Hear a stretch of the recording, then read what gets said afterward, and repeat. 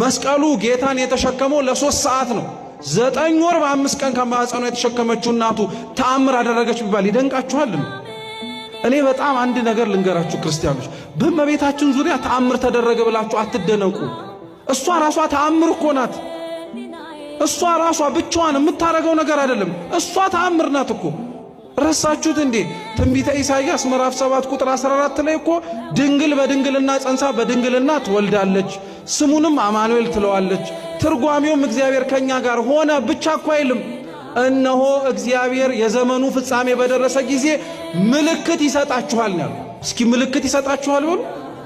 ምልክት ማለት በግዕዝ እኮ ተአምር እኮ ነው። የዘመኑ ፍጻሜ በደረሰ ጊዜ ላይ ያየናት ተአምር እሷ እኮ ናት።